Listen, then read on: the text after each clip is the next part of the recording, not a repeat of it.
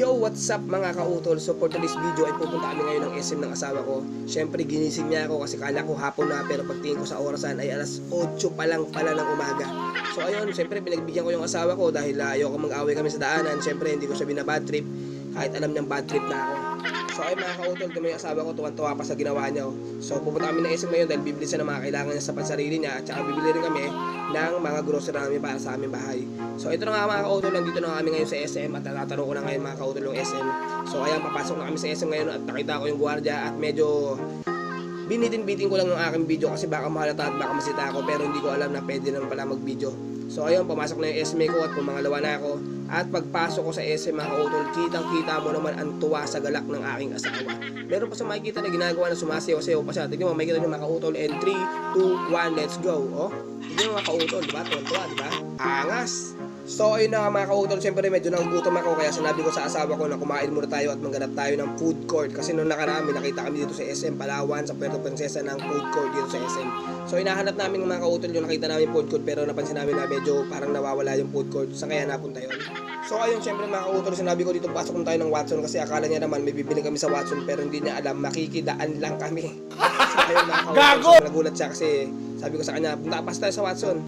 Pero di niya alam na makikidaan lang kami. So patuloy kami nagdaan mga kautol at naghahanap kami ng food court. Siyempre akit kami sa taas para makita namin kung nasaan yung food court na nakita namin nung nakaraang araw. At tabang talakad nga kami packet mga kautol, na napansin ko yung asawa ko na dumidila-dila pa, parang aso na uulol na. So ayun mga kautol, wala akong magawa kaya tinitigan ko lang siya mga kautol.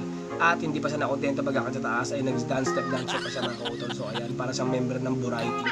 So ayun mga kautol, siyempre nakita ko dito kainan habang nalakad kami pupuntang food court. So ayun, sabi ko sa isip ko, so ayun mga kautol, tamang lakad para kami kasi hinahanap nga namin yung food court. So kapag naglalakad kami mga kautol, may nakita ko dito ang isang Barbie na picturean. Siyempre sabi ko sa asawa ko na kung gusto niya mag-picture, medyo natawa siya na ayaw pa ng isip bata na to. So ayun, siyempre hintay ko siya na dapat yung sasalang. So ngayon may pumunta na bata, kaya hindi ko siya nauna. Sabi ko sa kanya, hintayin niya muna, tapusin niya muna yung batang picture at pagtapos siya naman. So siyempre mga kautol, siya naman yung pipicture ako mga kautol dahil tapos na nga yung bata. So ayan, pupunta na siya. Sabi ko sa huwag siyang hakbang, pero makbang pa rin siya. So ayan, picture. So ayun mga kautol, ilang minuto na kami nagpalakad-lakad pero wala kami nakitang food court. Kaya sinabi ko sa asawa ko na baba muna kami at mag-grocery muna kami ng mga kailangan namin sa bahay at pati mga kailangan niya. So siyempre may nakita ko pala akong dito sa sine. Siyempre nag-isip ako panonood ko ba yung next week, pero tsaka na yan mga kautol. So nandito na kami ngayon sa grocery sa market dito sa Puerto Princesa mga kautol. So ayun, sinabi ko sa kanya, nasusundan ko siya, kumuha siya ng kanyang lagayan ng mga grocery niya.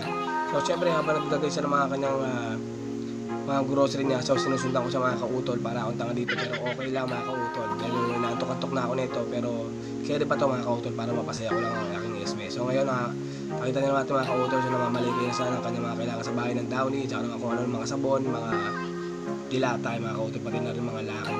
So ayan, syempre mga kautol, so patuloy pa rin ang kanyang pamamalengke mga kautol. So ayun na mga kautol, nasa yung bibili niya, syempre hinahanap niya kung saan niya pupunta yung Yakult mga kautol. So tinuro ko nandun yung Yakult. So ayan, binidyoan ko sa mga kautol, so kukunin niya nga yung Yakult.